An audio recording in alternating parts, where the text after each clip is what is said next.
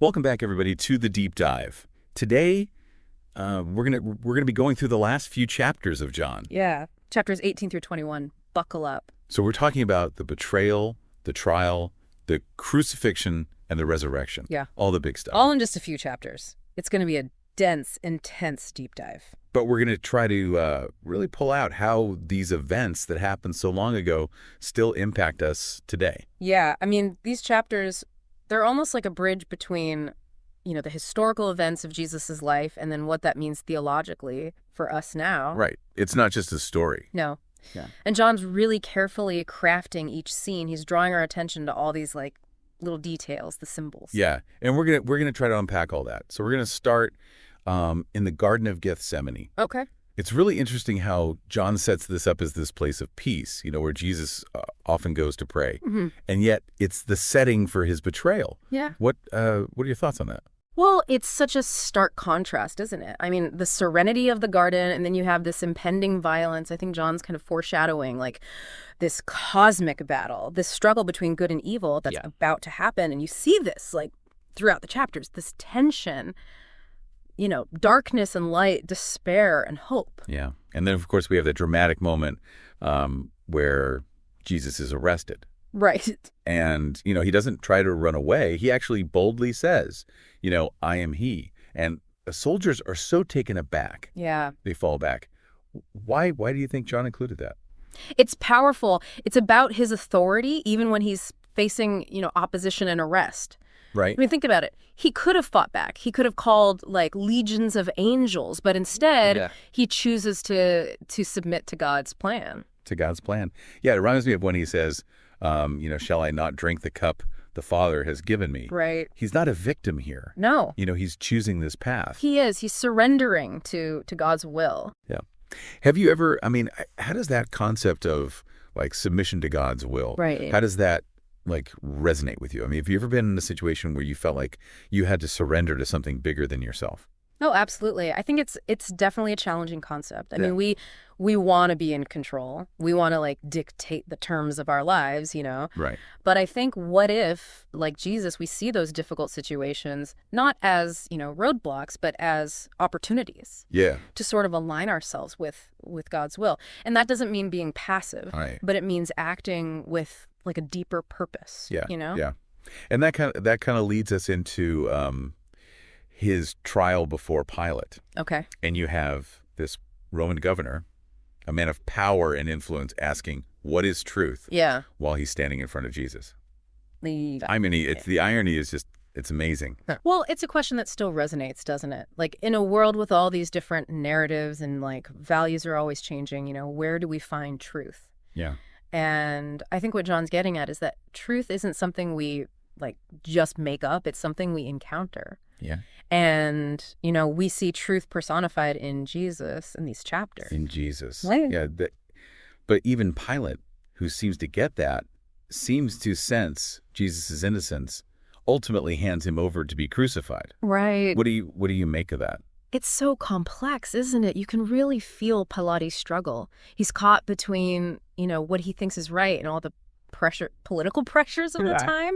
I mean, maybe it's a reminder that even people in power can be swayed. Or maybe it's just, how humans are. We compromise sometimes, even when we know better. Yeah, it makes you really think about the choices that we make.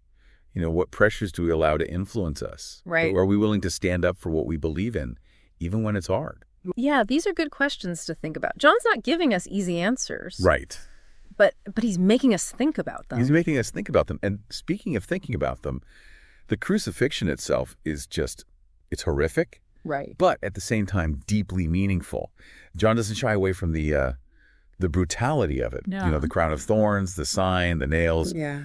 But in the middle of all that suffering, Jesus says, it is finished. Those 3 words, they're so powerful. It's not I give up. Yeah. It's I did it. It's a declaration of victory. It's finished. Yeah. And for those who believe it is finished means that Jesus completed his mission. Yes. God's plan of salvation is complete. And to really hit that point home, John describes the veil in the temple tearing in two. Yeah, the veil that separated humanity from God's presence. Imagine, you're a first century Jew and you see that happen. I Yeah. mean, that veil was this symbol, the boundary between holy and unholy. Right. And when it tears, it means a radical shift in how we can approach God. Yeah. For those who believe, it means there's a direct path to God through Jesus. It's powerful. Yeah. It suggests that something huge has changed between, Yeah.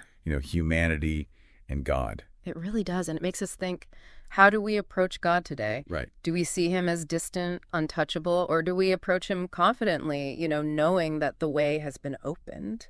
Yeah, it's like a door has been swung open. Yeah. But even with this, huge event, Right. there's still so much to unpack, There is. especially starting with the resurrection. Yeah. I mean, we got to talk about Mary Magdalene getting to the tomb. Yeah, she goes there expecting to, prepare the body for burial, Mm-hmm. but then it's empty. Right. And first she's confused and then astonished when she encounters Jesus. Yeah. And John focuses on this very personal moment Yeah. when Jesus calls her by name, Mary.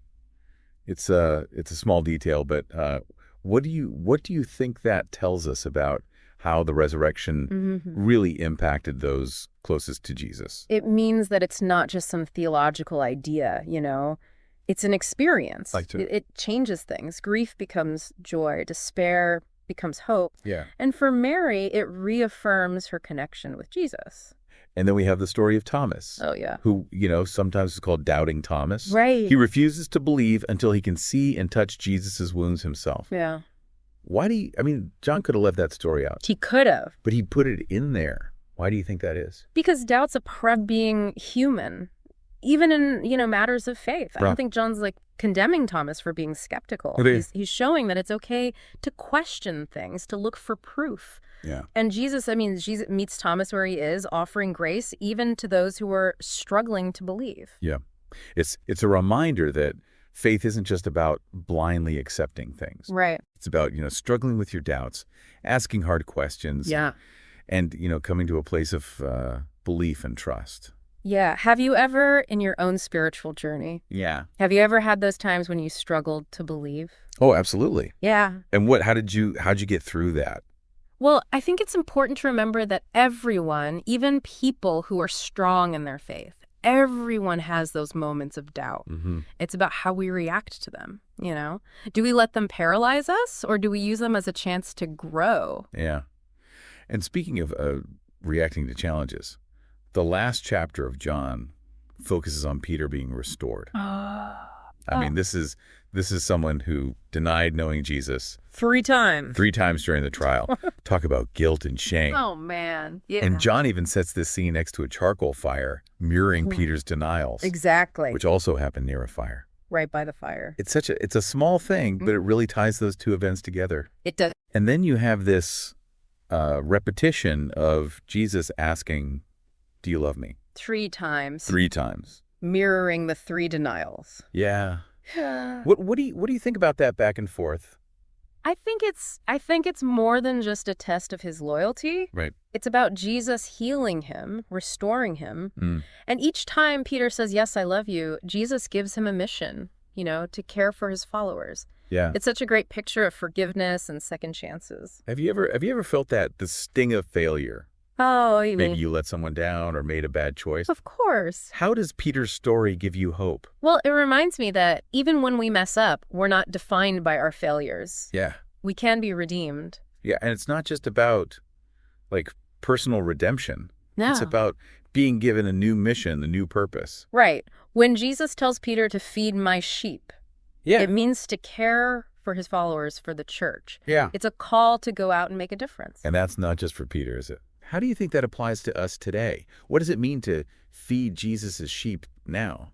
It means, living out our faith, caring for people who are struggling, fighting for justice, sharing our faith, building bridges, Yeah. being like Jesus in the world. And it all leads to this beautiful scene in John 21 where Jesus appears to his disciples by the Sea of Galilee. Mm-hmm. They've been fishing all night. Yeah. And they haven't caught anything. Nothing. But then Jesus calls out to them from the shore, and suddenly their nets are full of fish. Overflowing. What's so striking about that is this is after the resurrection. Yeah. He's already conquered death and ascended to heaven, Right. but he still shows up in this ordinary moment. He does. It reminds us that he's with us even in those everyday, struggles and frustrations. Yeah. And he provides for them, Yeah. even when they're feeling empty. Yeah. It's beautiful how Jesus makes breakfast for them on the beach. It is. It's such a, simple act, but it shows how much he cares. It's a picture of being close to him, being in fellowship with him. Oh, He's yeah. not just a, teacher or leader. Mhm. He's a friend. He wants to be close to them. Yeah. And he wants to have that kind of relationship with us. It's a good reminder that faith isn't just about doctrines and rules. No. It's about a relationship, Yeah. a personal connection With Jesus. with Jesus. Yeah. It really makes you think, like, how would my life be different if I, invited Jesus into those normal everyday things? Yeah. But getting back to these last chapters of John, Right. what stands out to you about how John uses all this symbolism, Yeah.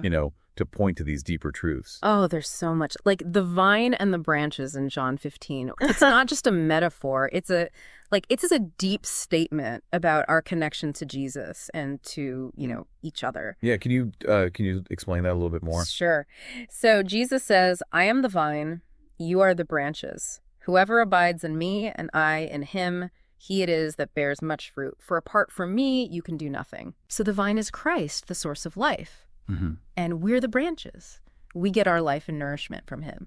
So it's not enough to just admire Jesus from afar. Right. We have to abide in him, stay connected. Mm-hmm. And the fruit, that's the good stuff that comes from that connection. Like love, kindness, justice, sharing your faith. Yeah. It's not about trying to earn God's favor. It's about letting his love transform us. What kind of fruit do you think you're bearing? It's a powerful image. And John also uses, challenging imagery. Yeah. Like we talked about earlier, the washing of the disciples' feet. Yeah, in John 13. In John 13, Yeah. it's almost like it's foreshadowing Jesus' humility on the cross. Yes. How do those two things connect, Yeah. The acts of service and this idea of abiding in Christ? I think it shows us what it really means to follow Jesus. Okay. It's not about being powerful or important. Right. It's about serving others. Yeah. Even in humble ways. Washing feet. I mean, that was a servant's job, the lowest of the low. Yeah. But Jesus, the king, he becomes a servant. Yeah. That's how radical his love is. So as we're wrapping up this deep dive, Yeah.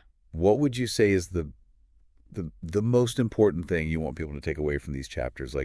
What's the so what of it all? Well, I think it's a message of hope. Okay. Jesus rising from the dead, it changes everything. It means death doesn't win. Right. Love wins. Hope wins. And it's not just a victory we celebrate in the past, right? It affects us now. Exactly. It's a living hope. It changes us and it shapes our future. Mm-hmm. John's gospel, it doesn't end with a full stop. Right. It ends with a call to action, to follow Jesus, share his message, Right. and to be like him in the world. We started talking about how emotionally powerful these chapters are, Yeah, but we've seen that there's so much more than that. they are. There's deep theology, powerful imagery, and a challenge to really live out our faith. Mm-hmm. Is there one thing you want to leave listeners with today? I would say if Jesus is really alive, like John says, let that sink in. Mm-hmm. Let it change how you think, how you act, everything. Yeah. Don't just read the story. Live it. That's great. Thank you for joining us on this deep dive into John. It's been great to be here. We hope it's been insightful and challenging and maybe even changed you a little bit. Yeah, and keep exploring. There's so much in these old texts. Yeah. Keep searching, keep asking questions, keep diving deep. Until next time.